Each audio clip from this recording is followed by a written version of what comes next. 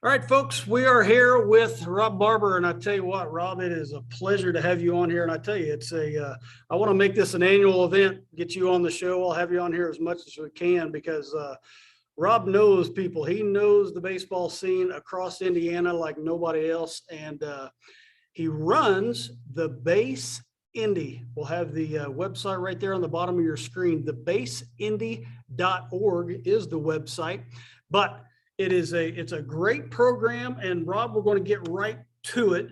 I want to talk first just a little bit. Give us a little bit of information about the Base Indy itself. Generally, what is the locality? Where's your coverage area? And then tell us about the impact of the young student athletes, not only by the goals of the organization, but specifically tell us about some of those events and what has led up to the Base Indy. Sure, for sure.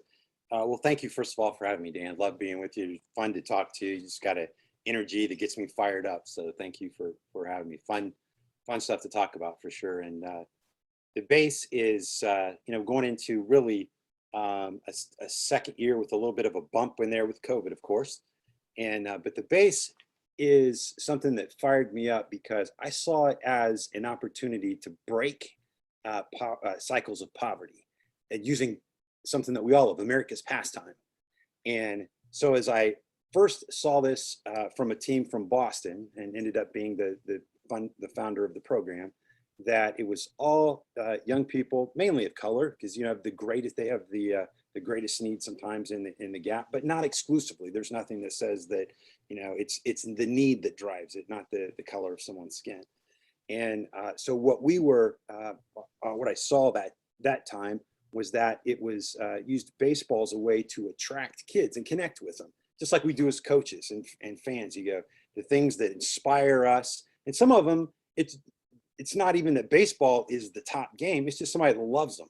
And I think that's really the driver of all this. It's love, is that when you care about some kids and when you care about their situation in life, and that's what we do. So baseball, we connect with them. We roll the sleeves up, get into their life a little bit and try to figure out whether it's food, whether it's education, whether it's that they need help with, whether it's other resources in the community. And we're sort of the in-between person that connects them and then provide some of the baseball training and teaching camps and some of the stuff and direction that we can provide to them. But it's centered a little bit in Marion County, but we have certainly reached out beyond that. And then there's, in part to support what we're doing, we try to just raise the awareness and say, we're all better when we can provide opportunities for all kids and when everybody has that opportunity. And so the base's goal is to give kids a path towards college or to some sort of post-high school career plan. And it can be, a junior college or a technical school or even the military. And I'll tell you, that's why I was such a big fan early on, going back to 2018, I believe it, or 2019, I guess was your first full year. Of course, like you said, then 2020. But I was a fan right from the get-go. You're using baseball as an engine to provide opportunity. So, I mean, it's an equation that I am absolutely on board with. You talk about my energy. We talked offline before this, and we probably could have kept talking for another 2 hours for what may amount to be a 5-10 minute interview. You've got the passion to run this great organization. And, as we talk about 2021, first of all, baseball is back. You guys took a hit, but you're starting to come back. And then you had this event, the Jackie Robinson Day, that made national headlines. The first, and tell me if I'm wrong here, the first state in Indiana, or the first state in the country to host a high school based Jackie Robinson Day celebration. And it's just, when I first saw that, of course, I was all on board with it too. I wanted to hear everything about it. So tell me about the vision that led up to that Jackie Robinson Day. What gave you the idea, and what was your vision for the outcome? I wish I could say it was a brilliant strategy or an idea, and there was a lot of planning that went into it. And it was just one of those things that I've been a Dodger fan my entire life. I've been, followed Jackie Robinson, his story. And I knew that that day, April 15th, was coming up in Major League Baseball. And just as I was thinking about that, thinking about rolling out the base and saying, we're still here. And the same different, that Major League Baseball was better, we say inclusion, when it included players of color. That they were playing baseball over in the Negro Leagues, but it was better. The Major League Baseball became better when it became more inclusive, right? And so more diverse. And those are issues that are sometimes touchy. And I thought this is a good way, though, to be able to bring that in and to celebrate that for a state that sometimes gets punched in the mouth a little bit around the country. It's like, you're not sensitive to these issues. And I just think the people that I know, that's not their worry. They want to provide opportunities and access. And certainly, so Jackie Robinson was that day. So I thought about it, and it was really about a month before then, only about a month. And I thought, I need to roll this out on a smaller scale. We'll maybe do this with Dan Ambrose at Heritage, a friend of mine, a good friend of mine who coached over Dan. And I sat down with him and said, this is what I want to do. Can we do this maybe with a couple of games? So I'd like to we can't do like Major League Baseball and do the individual shirts, but let's do something. Could we get something reasonably priced and let's do Indianapolis Clowns. I said, because that's our local Negro League team. Of course, we'll do a red shirt and a blue shirt of the Clowns. We'll make everybody 42. And Dan said, he says, maybe call Robert Falcons with the IHSA, because that's going to be an issue, maybe with the numbers and the pitching and all of that. So I did. I got in touch with him. He called me back and he said, why are you just doing this with 4 teams? Why aren't you doing this to the whole state?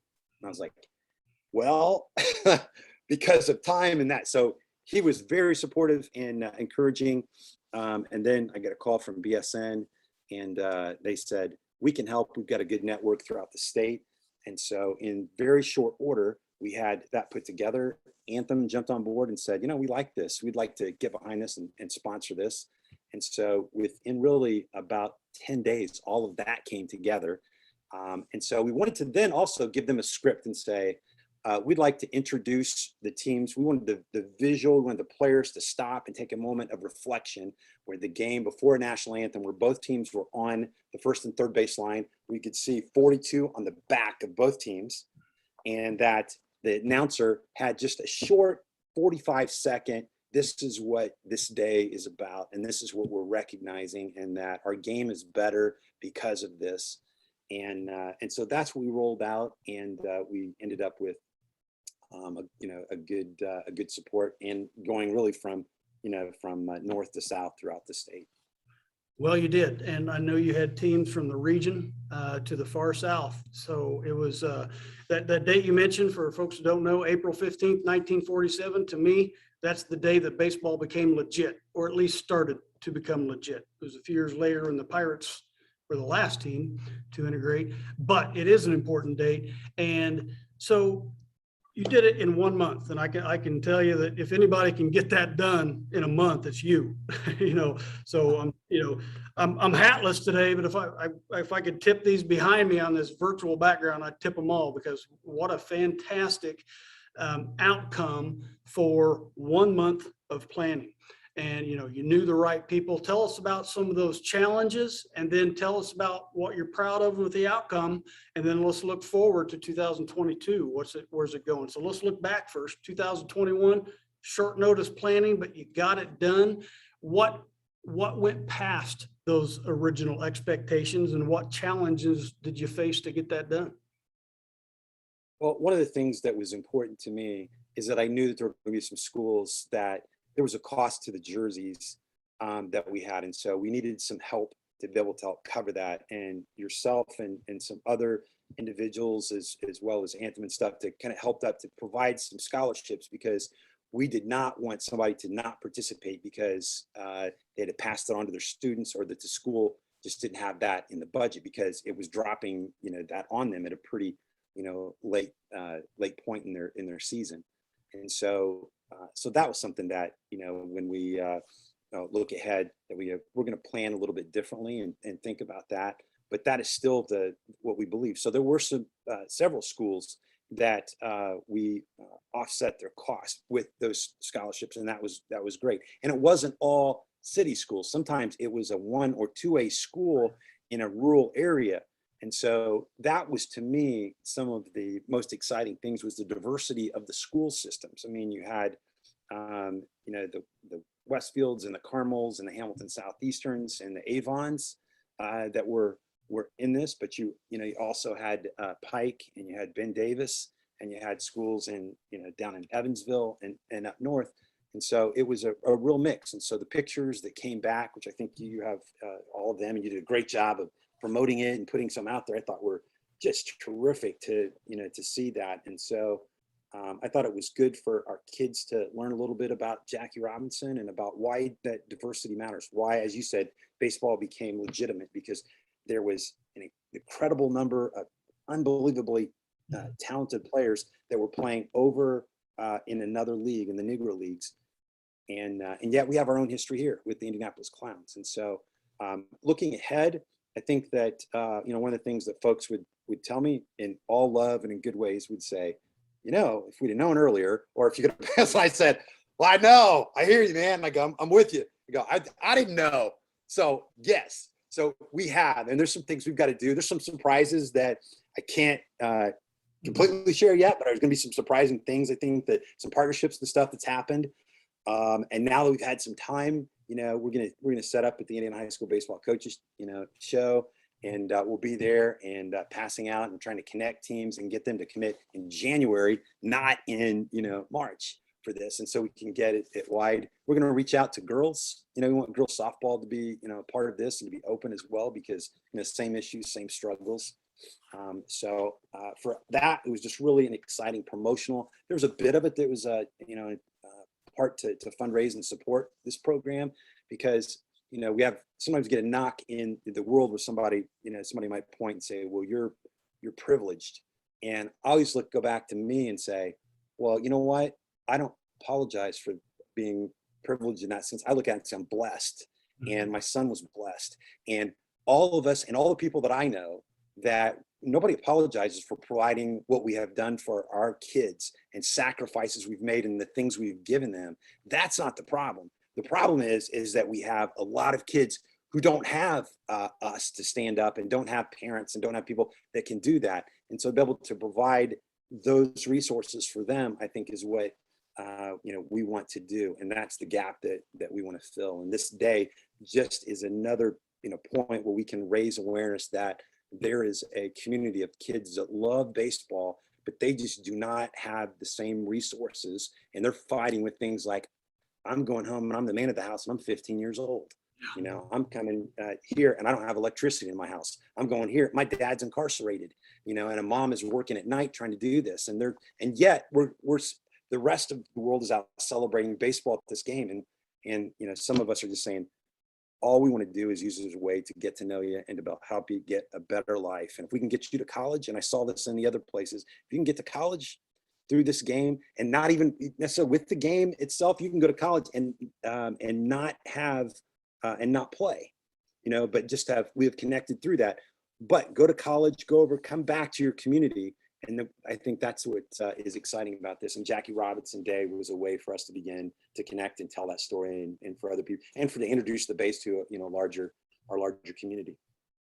Well, I tell you, from my vantage point of it, I got to shake a few hands during the Jackie Robinson days, because it went on for a couple days there, because people wanted the opportunity to do it that weren't all playing on that day on the 15th. So in a couple of days, I got to shake some hands of these young kids, and you could see the pride, the good kind of pride in their eyes when you're shaking their hand and they're wearing those jerseys. It was real, and I felt it in shaking their hands. So I mean, to me, I use the word big deal a lot, usually when it's making fun of myself, but this is the legit kind of big deal.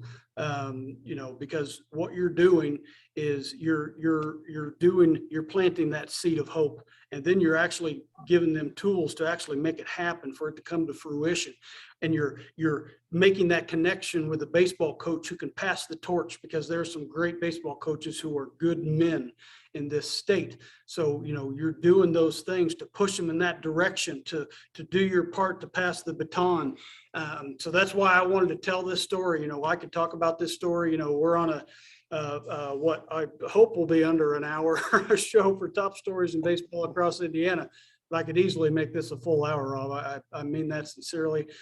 You know, I'm going to hound you offline about those secrets coming up in 2022, but we'll keep it secret on this show. Rob, I really appreciate it. Any parting thoughts? Tell us, we're going to put the information on the bottom of the screen, but tell us where we can find the BASEIndy online. Yeah, we're the base, THEBASEINDY.org. You go there and it's got information on our program, ways to contact me. And, you know, and it's, somebody can have an idea. Somebody can say, I want to donate a little bit. Somebody can say, I have some equipment or I have some things I'd like to share, you know, or just connect and volunteer, or to make us aware of situations and stuff like that with, you know, young people, even outside of our area. And you know, we appreciate that.